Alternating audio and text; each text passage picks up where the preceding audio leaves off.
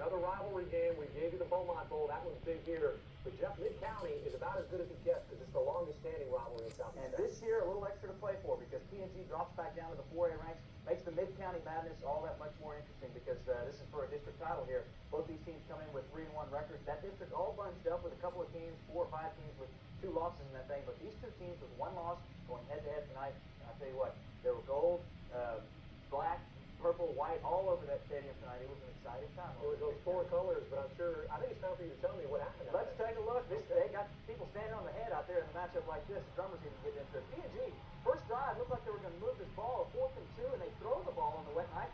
Good catch there by Teacher to pick up the first down, but look at this. 2 plays later, and in a rivalry game like this, turnovers are going to be the key, and Nederland capitalizes here.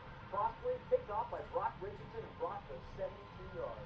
When you saw the flag right there, I came and asked you because you were there. I said, hey, they called that back, right? Wrong. That was a touchdown that stood up for Nederland. Touchdown, it was 7-0 at that point, Dogs, and got to jump on them early over there, and they were doing that. PNG couldn't do anything right. The punt here, next drive stalled, and they were forced to punt. Troy Summerall backed up. He'll take it at his own 25-yard line. And Troy is just going to find some running room. He certainly does here. Gets the wall in front of him. Coaches love it. Everybody loves it. Summerall, 75 yards for the touchdown.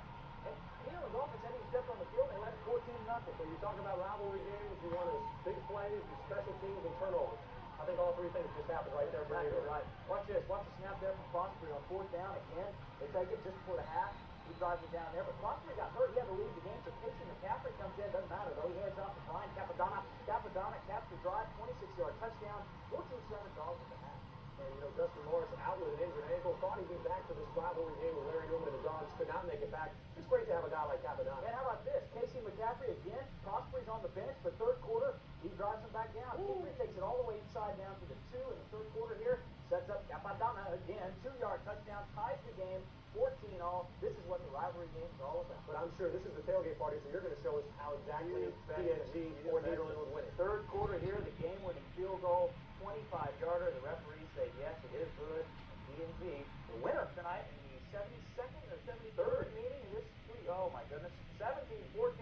More importantly, now they moved to 4-1 in this district and have a leg up in the 24A race. PNG 7-1 on the season, and of course the tailgate party.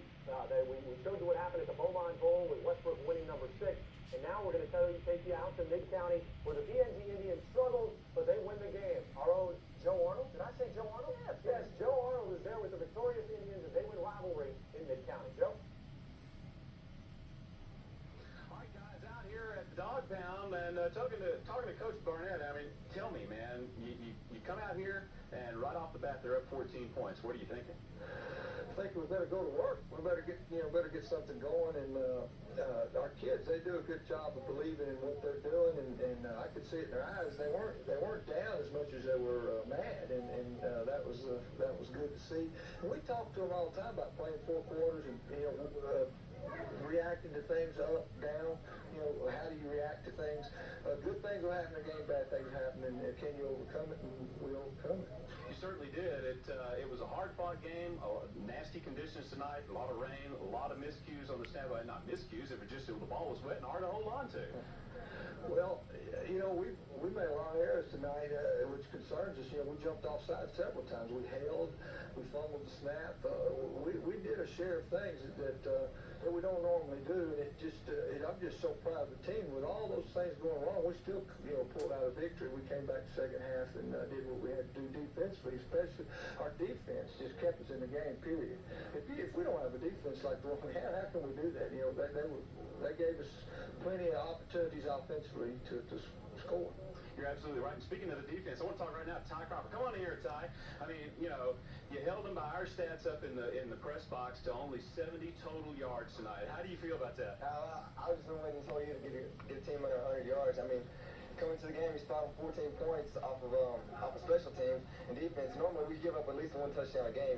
Actually, 5.7 yards is our average, but we're going to have 2 shutouts. But when you give up, we come into games usually and we say, okay, we figure out what they're doing and we let them score once. And we say, okay, that's it, no more. And defense didn't let them score at all. And we said, oh, no, we got to step it up now. We just have to step it up. You did step it up, and let me ask you this. Were you under pressure when you were tied ball game and you're going for the extra point? You're holding for the extra point. How much pressure's on you, man? A little bit.